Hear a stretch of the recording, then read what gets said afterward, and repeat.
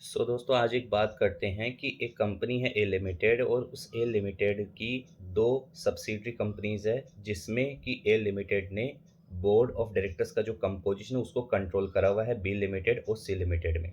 अब ये जो बी लिमिटेड और सी लिमिटेड है इसने 35% और 25% रेस्पेक्टिवली डी लिमिटेड में इन्वेस्ट किया हुआ है।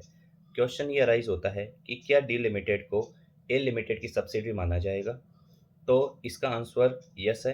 सेक्शन 2 क्लोज 87 को अगर अपन पढ़ें तो उसमें ये बताया गया है कि एक होल्डिंग कंपनी जो है शेयर्स किसी सब्सिडरी कंपनी में डायरेक्टली भी खरीद सकती है और इनडायरेक्टली भी खरीद सकती है, यानी कि सब्सिडरी के थ्रू भी खरीद सकती है। तो अगर मान लीजिए बी लिमिटेड और सी लिमिटेड ने मिलकर डी लिमिटेड में 35 और 25 दैट मीन्स 60% का इन्वेस्टमेंट किया है, दैट इज मोर देन 50%। तो इसका मतलब ये हुआ कि वो जो है डी लिमिटेड को सब्सिडी बना चुकी है और इस नाते जो है ए लिमिटेड की जो डी लिमिटेड है वो इनडायरेक्ट सब्सिडरी बन चुकी है। अब एक सवाल और आता है कि क्या डी लिमिटेड जो एक सब्सिडरी कंपनी है वो होल्डिंग कंपनी में अगर मान लीजिए 20% शेयर्स ए लिमिटेड में 20% शेयर्स होल्ड करके बैठी है तो क्या वो वोटिंग राइट एंजॉय कर सकती है क्या। तो इसका आंसर जो है सेक्शन 19 को पढ़ के अपन दे सकते हैं।